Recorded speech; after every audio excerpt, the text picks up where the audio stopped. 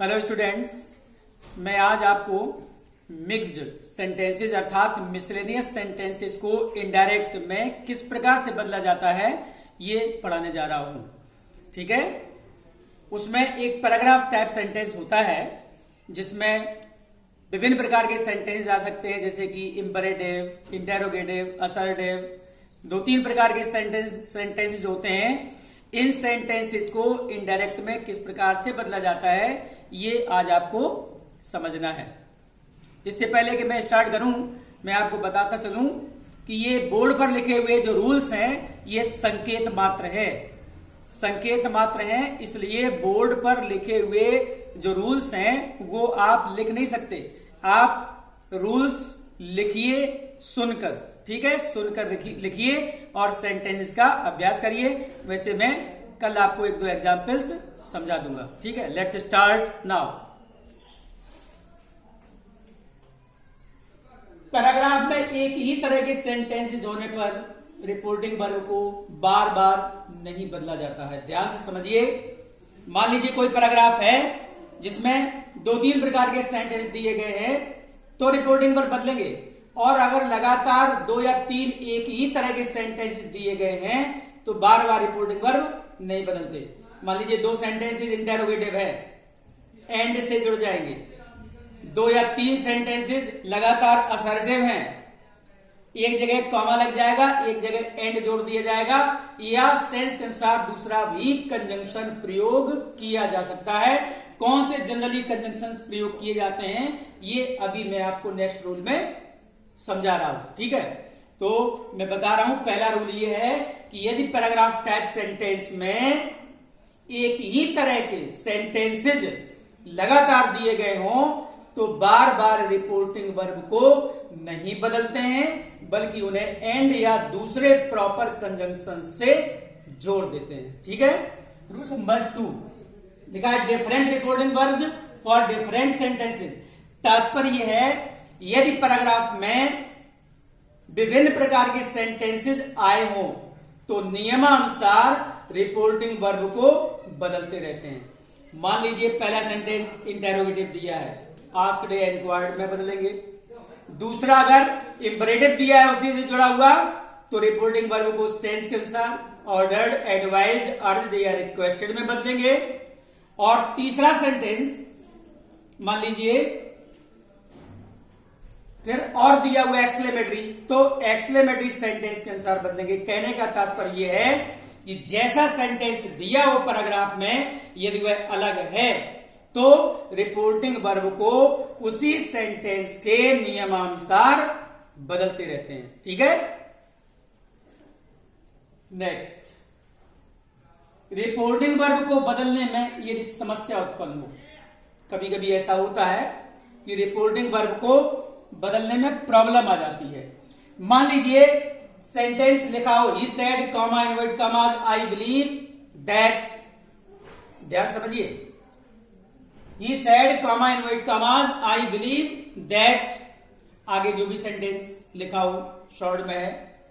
अब यहां पर ही सेड असर्टिव सेंटेंस है, अगर हमने यहां किया ही सेड दैट, आई को बदलेंगे ही के अनुसार हो जाएगा ही बिलीव दैट, 2 बार दैट आ रहा है, जो वर्ड फॉल्ट हो जाएगा, 2 बार कंजंक्शन आना नहीं चाहिए। तो क्या करेंगे, सीधा इसी वर्ब को यहां सैड हटाकर सीधा बदल देंगे बिलीव्ड में, तो हो जाएगा ही बिलीव्ड दैट, आगे जो सेंटेंस है वो जुड़ जाएगा। ऐसी ही स्थिति इसमें आती है कॉन्ग्रेचुलेशंस में। मान लीजिए किसी को कॉन्ग्रेचुलेट किया गया है, कॉन्ग्रेचुलेशंस दिया हुआ है। अब कॉन्ग्रेचुलेशंस का जब तक आप कॉन्ग्रेचुलेट नहीं करेंगे, अर्थात रिपोर्टिंग वर्ब को कॉन्ग्रेचुलेटेड में नहीं बदलेंगे, तब तक सेंटेंस इनडायरेक्ट में बदला नहीं जा सकता है। और सेंटेंस जैसे my friend said to me thank you, मेरे मित्र ने मुझसे कहा आपको धन्यवाद, सेंटेंस इंपरेटिव है, लेकिन इंपरेटिव सेंटेंस के अनुसार ना तो यहां अर्ज्ड है, ना रिक्वेस्टेड है, ना एडवाइज्ड है, ऑर्डर तो है ही नहीं। तो ऐसी स्थिति में फिर समस्या उत्पन्न हुई, रिपोर्टिंग वर्ब को किस प्रकार से बदलेंगे। तो रिपोर्टिंग वर्ब जब तक आप थैंक का थैंक्ड नहीं करेंगे तब तक इनडायरेक्ट सही नहीं होगा। तो इसका इनडायरेक्ट बनेगा माई फ्रेंड थैंक्ड मी, ये बनेगा इनडायरेक्ट। ऐसी स्थिति में या तो रिपोर्टेड स्पीच में दी हुई वर्ब को रिपोर्टिंग वर्ब के रूप में प्रयोग करते हैं। ध्यान समझिए, जब रिपोर्टिंग वर्ब को बदलने में समस्या उत्पन्न हो तो रिपोर्टेड स्पीच में दी हुई वर्ब को रिपोर्टिंग वर्ब के रूप में प्रयोग कर लेते हैं।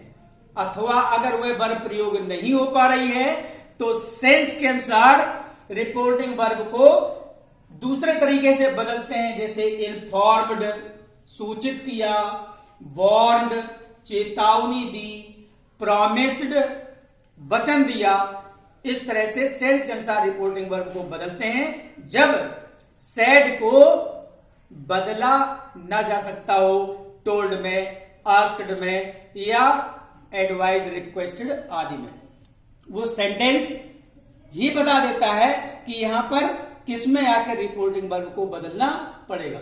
ये सेंटेंसेस थोड़े से टफ होते हैं, शायद इसीलिए बोर्ड एग्जामिनेशंस में अब पैराग्राफ टाइप सेंटेंसेस नहीं आते हैं, लेकिन मेरा कर्तव्य है कि आपको हर चीज समझाऊं और आपका कर्तव्य यह है कि आप हर चीज समझें और प्रैक्टिस करें। नेक्स्ट रूल मैंने बताया था, उचित कंजंक्शन से रिपोर्टेड स्पीच में प्रयोग किए गए सेंटेंसेस को जोड़ देते हैं। जो मुख्य कंजंक्शंस हैं वो है एंड। लगातार सेंटेंसेस अगर एक ही तरह के होते हैं रिपोर्टेड स्पीच में, एंड से जुड़ जाते हैं। कंट्रास्ट अगर प्रकट होता है तो बट से जुड़ जाता है। परिणाम अगर होता है तो सो आ जाता है, और कारण अगर होता है तो सिंस एज, बिकॉज आ जाता है। इनमें से कोई एक कंजंक्शन अंतिम वाक्य में आप देन का प्रयोग भी कर सकते हैं। इस तरह से ये मुख्य कंजंक्शंस हैं जो प्रयोग किए जा सकते हैं पैराग्राफ टाइप सेंटेंसेस को इनडायरेक्ट में बदलते समय। नेक्स्ट रूल, रिपोर्टेड स्पीच में ऑब्जेक्ट होने पर कभी कभी ऐसा नहीं होता है कि रिपोर्टेड स्पीच में ऑब्जेक्ट दिया होता है। जैसे कहा जाए the principal said comma inverted commas boys. अब बॉयज गया कॉमा इनवर्टेड कॉमास के अंदर, प्रधानाचार्य ने कहा बालकों, तो किससे कहा? बालकों से, लड़कों से, तो ये ऑब्जेक्ट हुआ। वही रूल मैं समझा रहा हूं कि यदि रिपोर्टेड स्पीच में ऑब्जेक्ट हो तो रिपोर्टिंग वर्ब के बाद प्रयोग करेंगे, उसको रिपोर्टिंग वर्ब के बाद प्रयोग करेंगे। ऐसी स्थिति में अगर वो कॉमन नाउन है तो वहां पर द का प्रयोग किया जाएगा। इसी सेंटेंस करेंगे द प्रिंसिपल टोल्ड या आस्क्ड, जो भी सेंटेंस होगा द बॉयज हो जाएगा, क्योंकि बॉयज कॉमन नाउन है। मतलब कहने का यह है कि या तो ऑब्जेक्ट से पहले आर्टिकल बढ़ाया जाता है और या फिर पजेसिव फॉर्म अर्थात संबंध का कारक प्रोनाउन बढ़ा लिया जाता है। जैसे कहा जाए Ramesh said comma inverted commas mother are you feeling well today. तो रमेश ने कहा मां क्या आप आज अच्छा महसूस कर रही हैं। अब मदर ऑब्जेक्ट है, रिपोर्टेड स्पीच में मदर ऑब्जेक्ट है। रमेश ने पूछा मां, अपनी मां से पूछा ना। जब इस वर्ड को अर्थात नाउन मदर को ऑब्जेक्ट के रूप में प्रयोग करेंगे तो होगा Ramesh asked his mother if she was feeling well that day. Interrogative sentence है, ठीक है। इस तरह से रूल फिर एक बार समझिए, रिपोर्टेड स्पीच में यदि ऑब्जेक्ट दिया हो, रिपोर्टिंग वर्ब के बाद उसका प्रयोग करने से पहले यदि कॉमन नाउन है तो द का प्रयोग करिए, और अगर कॉमन नाउन नहीं है, पजेशन है, तो पजेसिव फॉर्म प्रयोग करिए प्रोनाउन का, जो भी सब्जेक्ट हो उसके अनुसार। आगे कुछ सेंटेंसेस ऐसे होते हैं जो यस नो क्वेश्चंस टाइप होते हैं, अर्थात डायलॉग्स टाइप। किसी से प्रश्न किया जाए तो सामने वाला जो उत्तर देगा उसका उत्तर या तो पॉजिटिव होगा या नेगेटिव होगा। अगर उसने उत्तर नकारात्मक दिया, नकारात्मक, तो जब उत्तर लिखा जाएगा इनडायरेक्ट में तो लिखा जाएगा रिप्लाइड इन नेगेटिव। और यदि सकारात्मक होगा तो उसका उत्तर होगा रिप्लाइड इन पॉजिटिव। मतलब यस और नो रिकॉर्डेड स्पीच में अगर दिए जाएंगे तो ये हट जाएंगे, इनको हटाकर यदि नो दिया है तो रिप्लाइड इन नेगेटिव, और यदि यस दिया है तो रिप्लाइड इन पॉजिटिव का प्रयोग किया जाएगा। ठीक है। नेक्स्ट, कभी कभी ऐसा होता है रिपोर्टेड स्पीच में 2-3 तरह के सेंटेंस जब होते हैं पैराग्राफ टाइप में, तो गैप के बाद कोई सेंटेंस रिपीट किया जाता है। मान लीजिए पहला सेंटेंस इंटेरोगेटिव है, दूसरा असर्टिव है, तीसरा फिर इंटेरोगेटिव है, तो बीच में गैप हुआ। पहले पूछा, फिर बताया, फिर पूछा, तो यही जो गैप हुआ असर्टिव सेंटेंस का, उसका रूल यह है कि यदि रिपोर्टेड स्पीच में गैप के बाद किसी भी प्रकार के सेंटेंस को दोहराया जाए, अर्थात वह सेंटेंस रिपीट हो, तो अगेन या फर्दर का प्रयोग करते हैं। जैसे पहले सेंटेंस में इंटेरोगेटिव है तो ही आस्क्ड मी, या कोई भी सब्जेक्ट, उसके बाद टोल्ड मी, ही फर्दर आस्क्ड मी, या ही अगेन आस्क्ड मी, अर्थात उसने दोबारा मुझसे पूछा। कहने का अर्थ ये है कि जब रिपोर्टेड स्पीच में गैप के बाद किसी भी प्रकार के सेंटेंस को रिपीट किया जाए तो अगेन या फर्दर का प्रयोग अनिवार्य रूप से किया जाता है। ठीक है। अब यस और नो दिया हो लेकिन वह किसी के प्रश्न का उत्तर ना हो, प्रश्न ना पूछा जाए। अगर प्रश्न पूछा जाएगा तब तो ये रूल काम आएगा। उत्तर में यस दिया है तो रिप्लाइड इन पॉजिटिव होगा, नो दिया होगा तो रिप्लाइड इन नेगेटिव होगा। लेकिन प्रश्न पूछा ही ना जाए और एक ही सेंटेंस में यस अथवा नो दिया हो तो क्या करेंगे?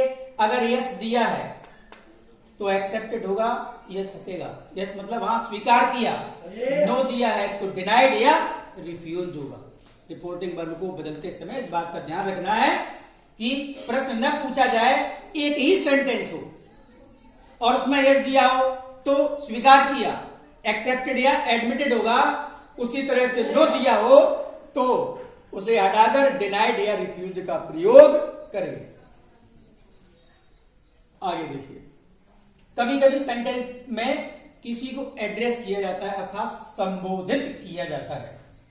संबोधित किया जाता है जिसे कहा जाए the prime minister said comma inverted commas my dear countryman. प्रधानमंत्री ने कहा मेरे प्रिय देशवासियों। अब देशवासी के रूप में संबोधित किया किसको? लोगों को।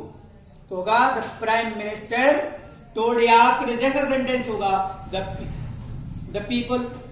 अब ये जो लिखा हुआ माय डियर कंट्रीमैन कहां जाएगा? ये आएगा शुरू में, तो होगा addressing the people as his dear countryman. ध्यान समझिए, addressing the people as his dear countryman the prime minister. अब जैसा सेंटेंस है टोल्ड या आस्क्ड में रिपोर्टिंग वर्ब को बदल देंगे और वहां हो जाएगा डैम पीपल के स्थान पर। ठीक है। आगे देखिए, अगर डायरेक्ट एड्रेस है अर्थात प्रत्यक्ष संबोधन है तो एड्रेसिंग आएगा केवल, अप्रत्यक्ष संबोधन है तो एड्रेसिंग एज आएगा। अर्थात किसी को किसी के रूप में संबोधित किया जाए तो एड्रेसिंग एज आएगा।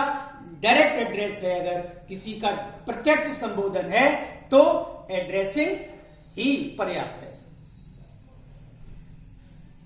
नेक्स्ट रूल, इंपरेटिव सेंटेंसेस को छोड़कर, इंपरेटिव सेंटेंसेस को छोड़कर यदि किसी भी प्रकार के सेंटेंस में प्लीज, काइंडली, सर या मैडम आदि सम्मान सूचक शब्दों का प्रयोग किया गया हो तो क्या करते हैं? इन शब्दों को हटा देते हैं। रिपोर्टिंग वर्ब या ऑब्जेक्ट जो भी दिया है उसके बाद या तो विद रिस्पेक्ट का प्रयोग करते हैं या रिस्पेक्टफुली का प्रयोग करते हैं। अब इंपरेटिव सेंटेंस में अगर ये शब्द होंगे तब तो रिक्वेस्टेड हो ही जाएगा, लेकिन कभी कभी इंटेरोगेटिव सेंटेंस में या असर्टिव सेंटेंस में भी इन शब्दों का प्रयोग किया जाता है। तो जब असर्टिव या इंपरेटिव सेंटेंसेज में इन शब्दों का प्रयोग किया जाए तो इनको हटाकर या तो विद रिस्पेक्ट का प्रयोग करेंगे या रिस्पेक्टफुल्ली का प्रयोग करेंगे। ठीक है, नेक्स्ट रूल, रिपोर्टेड स्पीच में यदि कंजंक्शन से सेंटेंस जुड़ जाए, डिफरेंट सेंटेंस होने पर भी, तो रिपोर्टिंग वर्ब नहीं भी बदलते हैं। अगर कंजंक्शन से जोड़ने की संभावना हो डिफरेंट टाइप्स ऑफ सेंटेंसेस, तो रिपोर्टिंग वर्ब आप नहीं भी बदलिए। प्रायः मिक्स सेंटेंसेस को इनडायरेक्ट में बदलते समय केवल समस्या आती है कंजंक्शंस के प्रयोग करने में। तो सेंटेंस को हिंदी में समझने का प्रयास करिए। जब आप हिंदी में सेंटेंस समझ लेंगे तब ये क्लियर हो जाएगा कि आप कौन सा कंजंक्शन यहां पर प्रयोग करेंगे। एग्जाम्पल्स के तौर पर मैं आपको एक दो एग्जाम्पल्स कल या नेक्स्ट डे जब भी है तो समझा दूंगा और फिर आप सेंटेंस का अभ्यास कर सकते हैं। That's all.